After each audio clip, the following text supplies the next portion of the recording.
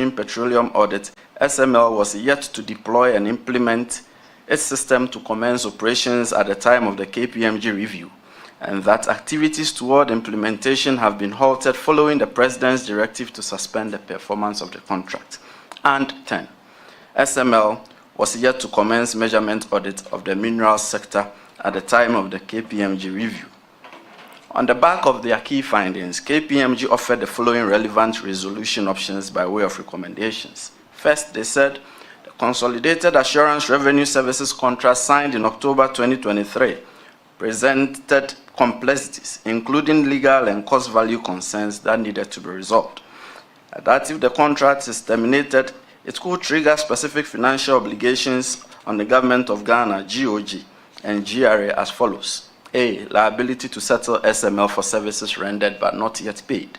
B. GOG and GRA are not entitled to a refund of any compensation already paid to SML, regardless of the termination clause. And C. If the contract is terminated without cause, GOG and GRA become liable to pay SML an equivalent of the fair value of SML's investment in the contract. If the contract is terminated, the investment claimed to have been made by SML should be validated. SML did not provide supporting documentation on its investment in the contract. KPMG appeared to favor orderly resolution based on systematic impact, cost to the state, sustainability, complexity, and deliverability, and public trust and implication as follows. In respect of upstream petroleum and minerals audit, we've taken our time to lay it out because these are very important. We'll come back to it in a minute. In respect of upstream petroleum and minerals audit, KPM recommended parliamentary approval should be sought to regularize the contract, that the contract should be subjected to a technical needs and value for money assessment to ensure that the services are justified and the fees are proportionate to and commensurate with the services rendered, and that MOF, GRA, and SML should conduct extensive engagement with relevant stakeholders to ensure awareness creation and stakeholder buy-in and alignment.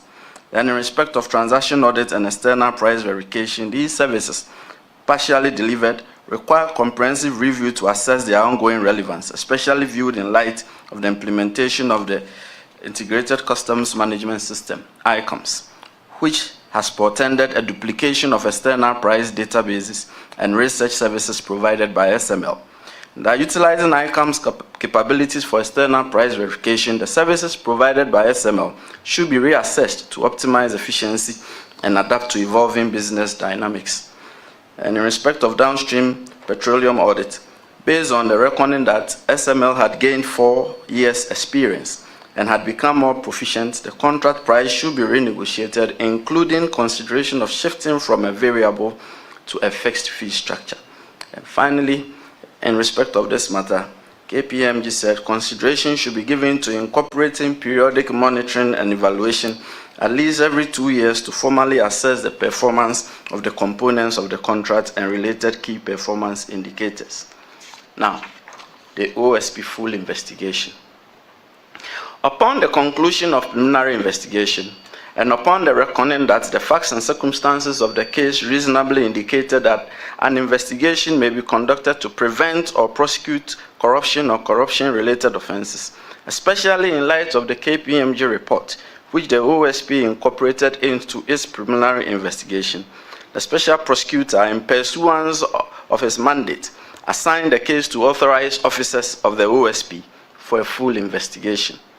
Our review of the KPMG report firmed up our opening of a full investigation on 3 main grounds. First, the major factual findings in the KPMG report tallied with our preliminary findings. Second, the KPMG report, much like our preliminary investigation, turned up more critical questions than answers, which required further investigation. Third, the KPMG audit's work and outcome differed significantly from the OSP investigation and likely outcome. Members of the press, while KPMG rightly identified the overall objective of its assignment as reviewing the work and activities of SML in relation to the contracts with the state and assessing the propriety of procurement and contracting processes as well as the appropriateness of cost value analysis in the performance of the contracts, the OSP's work in this case is a criminal corruption and corruption-related investigation of not just assessing the propriety and appropriateness of acts and activities in the context of the SML contracts, but also examining the criminal culpability or otherwise of implicated persons, which is wider in scope and outlook than the audit work of KPMG. Then again, while the OSP's preliminary findings accorded with the major actual findings in the KPMG report, the OSP found itself unable to agree with some major conclusions drawn by KPMG, especially in respect of accountability and value for money. The OSP investigation was concluded on 3 October 2025 after extensive surveillance, comprehensive review, and analysis of hundreds of relevant and related documents at MOF, GRA, and PPA, and digital and electronic review and analysis of thousands of relevant related documents and computer servers and hard drive components retrieved from 2 premises of SML at Osu in Accra and in Tema, and assets of SML at relevant depots, and the discovery and validation of electronic communication among the persons of interest, especially as a good number of the public officers involved did not use their official email addresses. The OSP conducted comprehensive interviews of 31 persons of interest in respect of the investigation. The identities of the interviewees are disclosed where necessary. The OSP collaborated with several public institutions, including the Ministry of Finance, Ghana Revenue Authority, National Security Secretariat, Ghana Police Service, National Intelligence Bureau, National Signals Bureau, Financial Intelligence Center, National Petroleum Authority, Petroleum Commission, Public Procurement Authority, and Office of the Registrar of Companies. The OSP also collaborated with several financial institutions. In augmentation of the expertise and skill of the authorized officers of the OSP, the office also relied on expert opinion of persons in the revenue assurance setup in transaction audit, external price verification, measurement audit of downstream petroleum, upstream petroleum audit, and measurement audit in the mineral sector. KPMG officers also assisted the OSP in the verification of their own analysis and conclusions. The OSP investigation establishes the following. 1. There was no genuine need for contracting SML for the obligations it purported to perform, and that the contracts were secured for SML through self-serving official patronage, sponsorship, and promotion based on false and unverified claims. 2. The SML contracts were attended by egregious statutory breaches, as mandatory prior approvals were wantonly disregarded by relevant officials who acted with increased and emboldened impunity. 3. There was no established financial management system of monitoring and verification to ensure that the Republic was obtaining the value for the money it was paying to SML, and that the payment channels to SML were set on automatic mode, detached from actual performance, causing financial loss to the public. Members of the press, the investigation outcomes are based on the following events and analysis. The genesis. On 27 January 2017, Kenneth Nanaya Ofori-Atta assumed office as the Minister of Finance of Ghana. He would serve in this position till 14 February 2024. Barely 3 weeks after Mr. Ofori-Atta's assumption of office, SMEL was incorporated, that is Strategic Monitoring, with the full name, Strategic Mobilization Entrepreneurship Limited. That was how it was incorporated first, SMEL, on 14 February 2017 by a timber merchant, Evans Edusei, with the company's stated principal activities as general trading and services and import and export of general goods. A little over 4 months after its incorporation, this company that had stated its services as trading services and import and export of general goods was presented to the PPA by the Commissioner General of the GRA, Emmanuel Kofinti, seeking approval to sole source SMEL as a service provider for enhanced classification, valuation, and risk management platform in the customs setup. These events the assumption of office by Mr. Ofori-Atta, the incorporation of SMEL by Mr. Edusei, and the application for sole sourcing of SMEL by seemed unrelated at first glance. However, a closer look at subsequent events from June 2017 to 14 February 2024, when Mr. Ofori-Atta's tenure ended, show a tightly knit and non-coincidental association of the prior identified events as the precursors of a masterful and mischievously crafted scheme designed by Mr. Ofori-Atta immediately upon assumption of office and throughout his tenure as the chief promoter, patron, and sponsor of the company, and the previously unseen power that unlawfully force-fed the company into the revenue assurance drive of GRA through a series of reckless decision-making and management and flagrant violation of statute through the use of public office for profit, contrary to Section 179C of the Criminal Offences Act 1960, Act 29, and by directly and indirectly influencing the procurement process to obtain an unfair advantage in the award of procurement contracts to the company, contrary to Section 92(2)(b) of the Public Procurement Act 2003, Act 663, with the pliant and avaricious and questioning compliance of two successive GRA Commissioner Generals, who he kept at a slavish subservience, leading to colossal financial loss to the Republic. By December 2024, SML had been paid a total amount of 1,436,249,828 cedis, 53 pesos. The OSP investigation also showed that the company was incorporated for the sole purpose of employing it as a vehicle to ride on official patronage and sponsorship erected on false and contrived acclaim and attributes for the award of public procurement contracts in the revenue assurance setup, the SMEL period. First application by GRA to PPA. By a letter dated 16 June 2017, Mr. Inti, then as Acting Commissioner General of GRA, requested PPA for approval to engage SMEL through single source procurement under Section 40A and B of the Public Procurement Act for enhanced classification, valuation, and risk management in the context of the payment of duties and levies on imported goods. The request stated that there were incidents of same goods given different classification and duties which were giving rise to challenges and undue delays at the ports of clearance, and that SMEL would address these challenges faced by GRA to allow for full, smoother, and better services in the customs processes and procedures.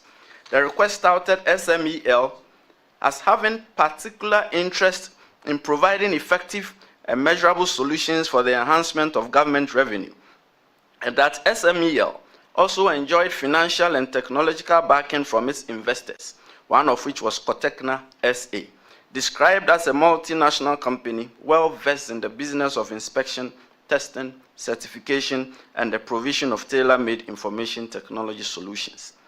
The request further stated that though Cotecna SA had given SMEL the right of ownership, Cotecna SA would provide, implement, and maintain a comprehensive information technology platform that includes its proprietary systems for classification and valuation known as ValueQuest, and executive reporting system ERS, and that these solutions would ensure full integration with the systems in the customs chain at the time to further enhance the purpose of the exchange of information between the systems. The request was most irregular and perplexing. It was simply unfathomable that a company which commenced business on 14 February 2017 would have attained the experience and track record that was advertised in the request by Mr. Inti, dated 16 June 2017, for the nature of the proposed assignment. SMEL did not possess the experience and know-how to engage in revenue assurance services on behalf of the Republic. That much was clear. And this obvious incredulity, which must have been prevailing on the mind of Mr. Inti, triggered an internal conflict in his own request, as Mr. Inti then promptly referred to the financial and technological backing of the supposed investors of SMEL. And from then on, the 16 June 2017 letter no longer sounded as a request to sole source SMEL, but a pseudo request to sole source Cotecna SA, a supposed investor of SMEL. The copious reference by Mr. Nti to Cotecna SA and its notable technological acclaim was merely a ruse to divert attention from the glaring incapacity of SMEL in an attempt to directly influence the procurement process to obtain an unfair advantage for SMEL, notwithstanding its lack of experience and technological capability. Indeed, GRA failed to submit any evidence of a partnership or investment agreement between SMEL and Cotecna SA. The request merely attached the profiles of the two entities and a letter of intent from Cotecna SA. Further, nothing in Section 40 of the Public Procurement Act, which governs single source procurement, operated in favor of the attempt to sole source SMEL to engage in revenue assurance on behalf of the Republic. Therefore, it came as no surprise that by a letter dated 4 July 2017, PPA communicated its disapproval of the 16 June 2017 request by GRA. PPA was emphatic that SML had no proven experience in the business it sought to undertake. Further, PPA stated that the letter of intent by Cotecna SA did not establish any legally binding relationship between SMEL and Cotecna for the provision of the service, and that the company seeking to be considered for a contract must demonstrate an appreciable capacity and strength of its own, and possibly subcontract a portion to a qualified subcontractor or agent, which was absent in the case. Second application by GRA to PPA. Then followed a second and stranger and more perplexing request by Mr. Nti, still as Acting Commissioner General of GR, to PPA by a letter dated 1 August 2017, by which GRA applied for approval to sole source SMEL, and this time with Ghana Link. Cotecna was still in the picture somewhere. The request recited that SMEL had acquired a software for the classification, valuation, and risk management, that is CVRM platform from Cotecna SA, and that SMEL had agreed to enter into a partnership with Ghana Link, a renowned local inspection and verification service provider, to provide the necessary support services for the implementation of the platform for GRA. A request further stated that in the partnership agreement, SMEL will provide a CVRM platform, while Ghana Link will provide external verification services using an appropriate platform, and that Ghana Link would also provide monitoring and supervision of customs valuation to ensure that the appropriate values were applied. The tone and tenor of the content of his own application should have portended pause and reflection on the part of Mr. Nti. In effect, he was stating that SMEL did not possess the requisite experience and track record, and no appreciable capacity and strength of his own. Yet, he was actively urging SMEL on PPA for approval merely 6 weeks after the PPA disapproval on the same ground. This was not reasonable persistence. It was a deliberate attempt to manipulate the procurement process, introduce a redundant private actor, and distort the facts and create a backdoor entry for SMEL into Ghana's revenue assurance architecture. This time, PPA did not even bother to respond, as the circumstances surrounding SMEL's lack of capacity and track record had not changed from the time of the rejection of the first application. Even more troubling was the fact that these CVRMs were being carried out by customs officers through the National Single Window Platform. Excuse me.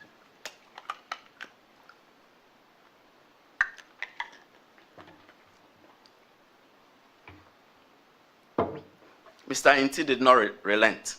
He repeated a second application to PPA. Seeing that PPA had not responded to the second GRA application 6 weeks after the request was transmitted, and the powerful behind-the-curtain chief promoter, patron, and sponsor of SMEL, Mr. Ofori-Atta, was insistent on pushing the company into revenue assurance space through Mr. Nti. Mr. Nti repeated the second application by GRA to PPA for the sole sourcing of SMEL and Ghana Link by a letter dated 14 September 2017, which was almost word for word with the 1 August 2017 request. PPA certainly had had enough by this time, and it responded by a letter dated 29 September 2017, and rejected the second repeated GRA request. PPA forcefully stated that that SMEL has still not shown any proven capacity in terms of experience and provision of similar assignments intended to be undertaken under the proposed joint venture agreement with Ghana Link. PPA also noted that the relationship between SMEL and Ghana Link did not provide the needed joint capacity to undertake the assignment, since SMEL would not be responsible for the bulk of the assignment by GRA's requirements. PPA signed off by stating that the reapplication by GRA did not address SMEL's lack of capacity in respect of the assignment. PPA did right in our estimation on all accounts on this matter up to this point.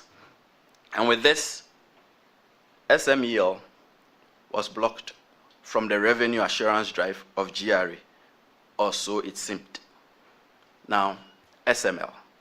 Following these setbacks, a simple but clever second plan was implemented to ensure that the company will certainly be awarded public procurement contracts for revenue assurance, come what may. On 22 November 2017, Strategic Mobilization Enhancement Limited, escaping me, SMEL, changed its name to Strategic Mobilization Ghana Limited, SML. Only the name changed. Everything else remained the same, including personnel and lack of expertise and capability. By a letter dated 30 November 2017, Mr. Eduse, the timber merchant, informed GRA of the name change while reserving the binding and full effect of all prior transactions. 7 months after the name change, GRA and MOF commenced the unlawful award to SML of a string of specialized revenue assurance public procurement contracts running into late 2023 in respect of transaction audits and external price verification, downstream petroleum, upstream petroleum,